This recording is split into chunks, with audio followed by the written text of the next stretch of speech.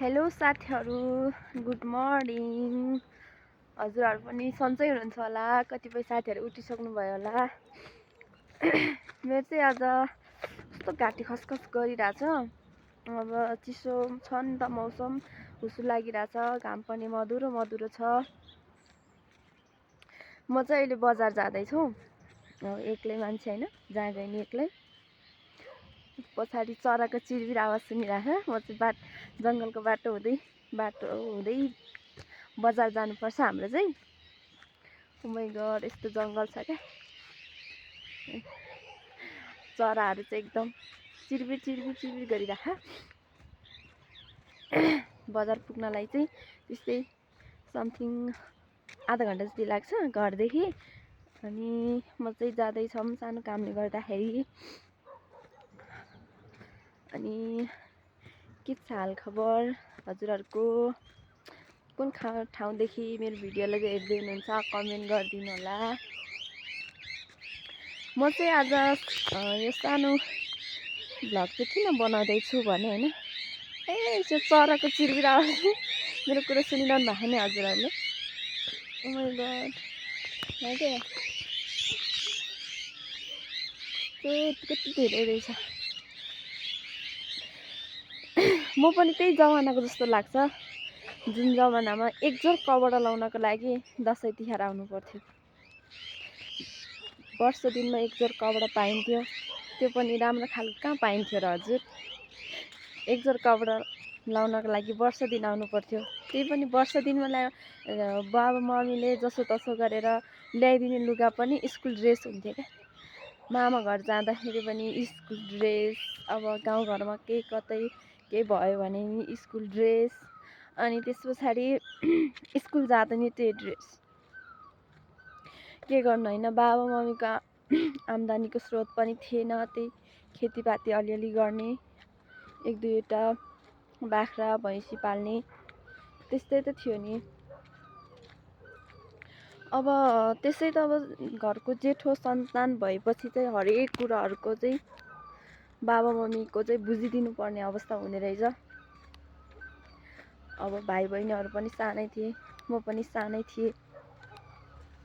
बाबाले यो छैन त्यो छैन भन्दाखेरि म नि कहिले ठुलो होला र पैसा कमाएर घरको आवश्यकताहरू पुरा गर्न सकिन्छ जस्तो लाग्थ्यो। यस्तै रहेछ जिन्दगी। अहिले पनि त्यति साह्रो चेन्ज भएको छैन।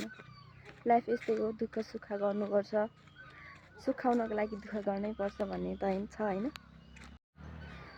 अनि त्यस पछाडि म सानो बेलाको एउटा प्रसङ्ग थियो, त्यो चाहिँ एकदम डरलाग्ने अवस्था थियो कि।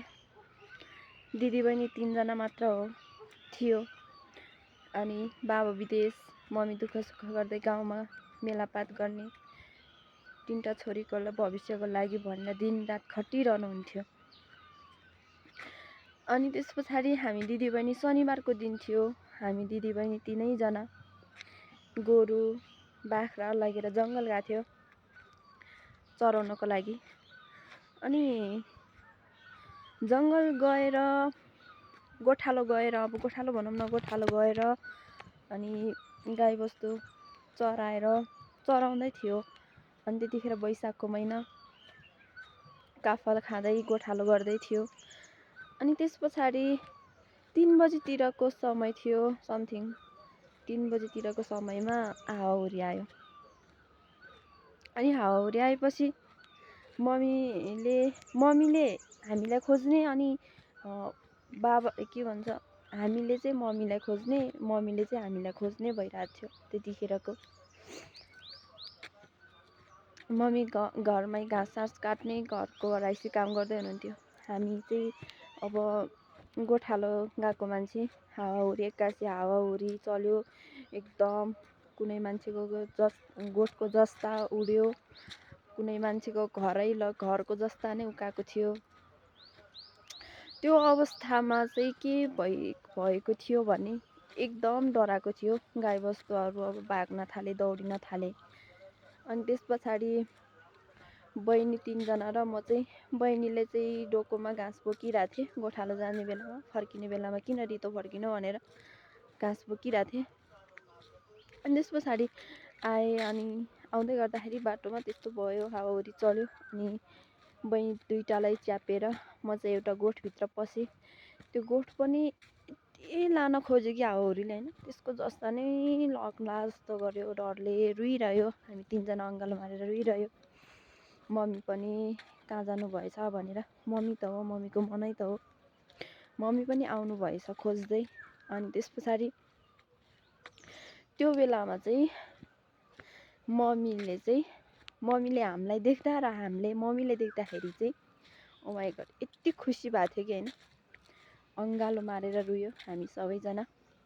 मेरो छोरीहरू राम्रै रहेछ, मैले त आशा पनि गरेको थिएन कि मेरो छोरीहरू कहाँ पुग्यो होला भनेर भन्नुभएको थियो, भनेर चाहिँ मम्मी अँगालोमा चाहिँ रुनु भएको थियो। हामी सबै रुयो।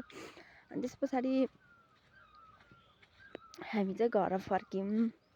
अब बाँकी कुरा चाहिँ भोलिको अर्को भ्लगमा। Bye bye, love you.